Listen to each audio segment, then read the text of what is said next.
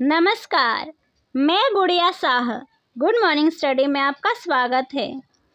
बड़ौदा नगर निगम की अतिक्रमण नोटिस के खिलाफ यूसुफ पठान ने खटखटाया हाई कोर्ट का दरवाज़ा। अब खबर विस्तार से।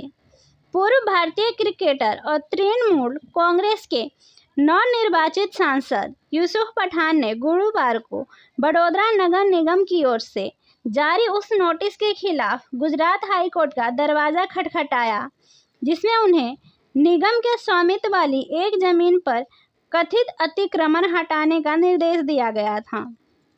पठान ने अपनी याचिका में कहा है कि चूंकि मामला 10 साल से अधिक पुराना है और संबंधित भूखंड भी उनके कब्जे में है, इसलिए बड़ौदा नगर निगम को उन्हें अतिक्रमण हटाने और निगम के स्वामित्व वाली जमीन छोड़ने का नोटिस देने के बजाय कारण बताओ नोटिस जारी करने का एक मौका देना चाहिए था।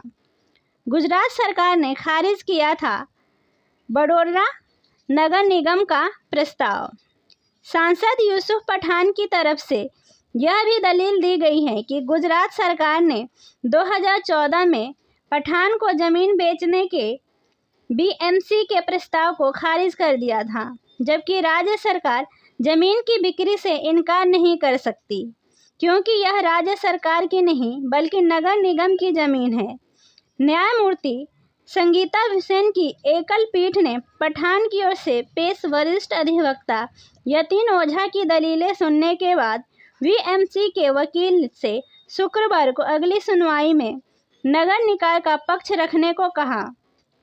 पूर्व हलफनामा पठान बड़ौदा के तदलजा इलाके में रहते हैं और विवादित भूखंड उनके घर से सटा हुआ है। उन्होंने लोकसभा चुनाव में बहरामपुर निर्वाचन क्षेत्र पश्चिम बंगाल के मुर्शिदाबाद जिले से जीत हासिल की थी। चुनाव परिणाम 4 जून को घोषित किए गए थे। अधिवक्ता यतीन ओझा ने टीएमसी सांसद के रूप में पठान के चुनाव को नोटिस से जोड़ने की कोशिश की और कहा कि बीएमसी ने 10 साल तक कुछ नहीं किया और चुनाव नतीजों के 2 दिन बाद अचानक नोटिस भेज दिया। ओझा ने कहा कि पठान को इसलिए नोटिस दिया गया क्योंकि उनकी पार्टी अलग है, लेकिन इस पर न्यायमूर्ति हुसैन ने वकील से कहा कि वह मुद्दे से ना भटके और मुख्य मुद्दे पर ही टिके रहें। क्या है मामला, आइए जानते हैं। मामले के विवरण के अनुसार यह बीएमसी के स्वामित्व वाला एक आवासीय भूखंड है। वर्ष 2012 में पठान ने बीएमसी से इस भूखंड की मांग की थी क्योंकि उनका घर उस भूखंड से सटा हुआ था। उन्होंने इसे बाजार दर के अनुसार खरीदने की पेशकश की थी।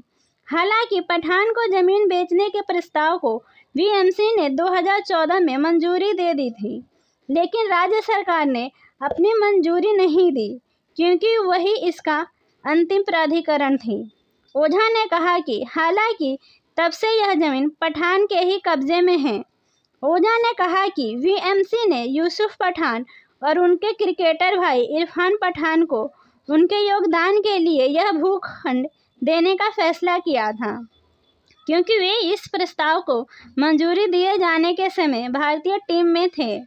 उन्होंने दलील दी कि बीएमसी को प्रस्ताव को मंजूरी दिए जाने के समय ही जमीन आवंटित कर देनी चाहिए थी। ऐसी ही अन्य खबरों की जानकारी के लिए हमारे चैनल पर बने रहें। धन्यवाद।